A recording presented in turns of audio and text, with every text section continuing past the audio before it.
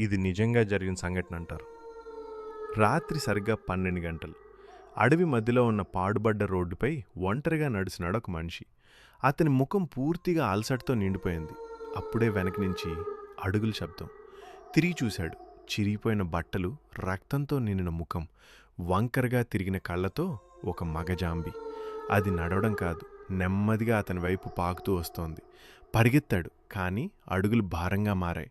అప్పుడే ఆ జాంబీ గొంతు విప్పి చెప్పింది, "నువ్వు తప్పించుకోలేవు."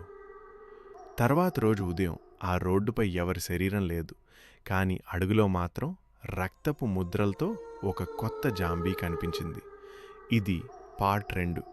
అడవిలో కనిపించిన ఆ కొత్త జాంబీ అది ఎవరో కాదు, నిన్న రాత్రి మాయమైన అదే మనిషి. అతని కళ్ళు పూర్తిగా నల్లగా మారిపోయాయి. నోటి నుంచి రక్తం చుక్కలుగా పడుతోంది. అతని చేతులు ఇంకా వణుకుతున్నాయి. మనిషిగా ఉన్న జ్ఞాపకాలు ఇంకా చచ్చిపోలేదు.